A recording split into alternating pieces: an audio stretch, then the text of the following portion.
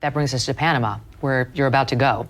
And China's obviously playing a role down there and is one of the reasons why President Trump has been saying, we want the canal back. We never intended to give it to the Chinese. That was never the game plan. They don't technically control the Panama Canal, but they do have interest down there. Can you explain it? They're all over Panama. A few years ago, Panama made a decision that they were going to de-recognize Taiwan and align with Beijing. And with that came all sorts of money that was provided to the then president's administration for projects and things of that nature, but also Chinese investment. And one of the main investments they have is in these two port facilities on both sides of the canal, and all kinds of other infrastructure, cranes and the like. And so people will argue, well, that's not China, that's a company based in Hong Kong. Well, a company based in Hong Kong is the government of China. Mm-hmm. You are not a company in China if the Chinese government doesn't control you. It's similar to the argument about ByteDance and TikTok, which is every company that operates from China or Hong Kong, which is controlled by China, more than ever controlled by China, it's no longer autonomous, they have to do whatever the government tells them. And if the government of China in a conflict tells them, shut down the Panama Canal, they will have to. And in fact, I have zero doubt that they have contingency planning to do so. That is a direct threat.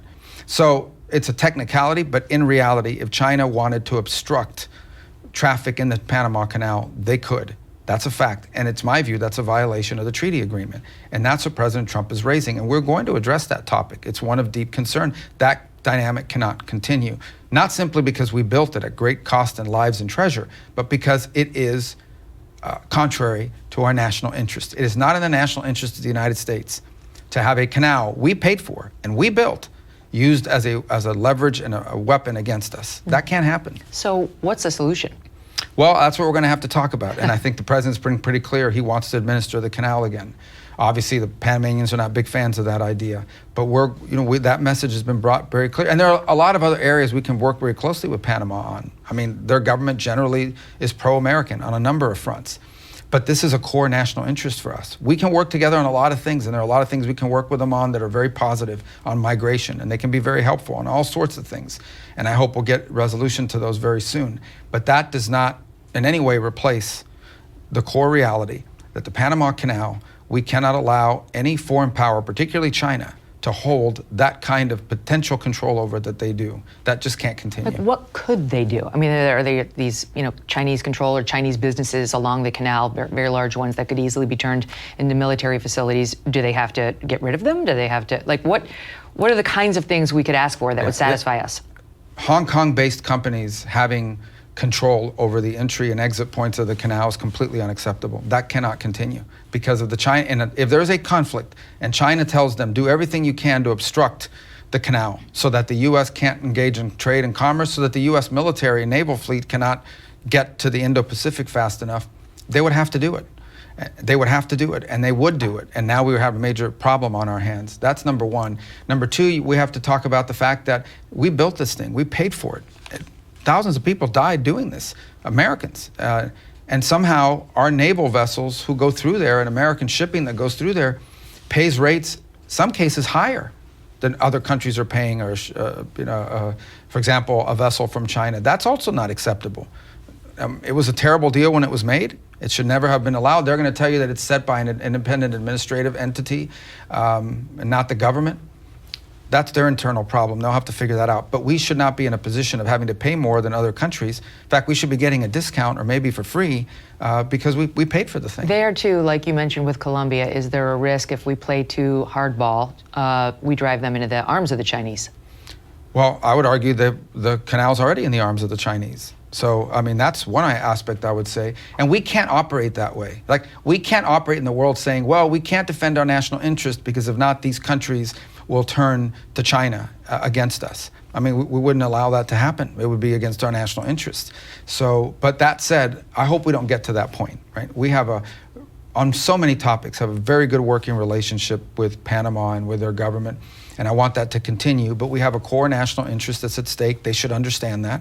And I think that they will understand that, and it needs to be addressed. And we'll do that. We'll do it in the right forum. We'll do it appropriately. We're not here to embarrass anyone or cause internal friction or problems for them. But I can assure you if it was the other way around, and that was a canal that the Chinese had built, they would be very forceful about it. So we can no longer operate in the world with two hands tied behind our back. People need to understand that Panama's not exactly about Panama. It's about the Chinese, which you've been jumping up and down about for a while, warning that people may not realize just how grave the threat is.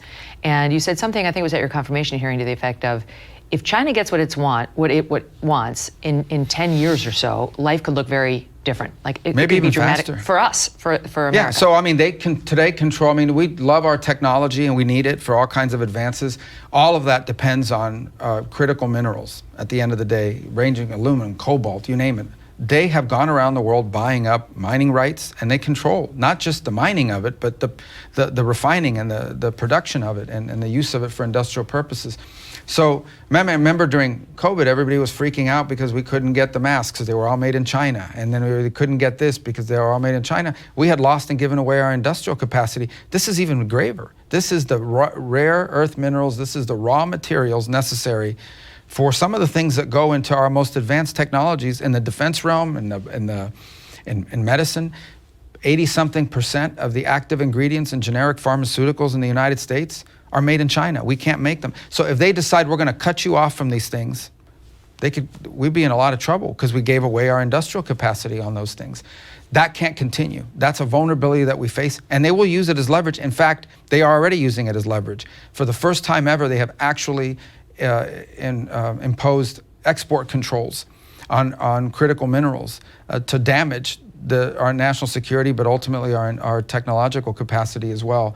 So it ranges topics, but ultimately, if China controls the means of production for both raw material and industry, then they have total leverage on us economically. And that's the world we're headed to. And I was wrong, maybe not in 10 years, maybe in 5. We continue to face uncertainty when it comes to the economy, with a perfect storm brewing as Social Security and Medicare hit a breaking point as the largest generation is hitting retirement. A smaller workforce means a smaller tax base. You pair that with our growing national debt and the rising cost of living, and we could have a very big problem on our hands. So what are you doing right now to protect your family for the future? Gold can be a very safe haven in very hard economic times, and Birch Gold makes it easy to diversify a portion of your savings into physical gold.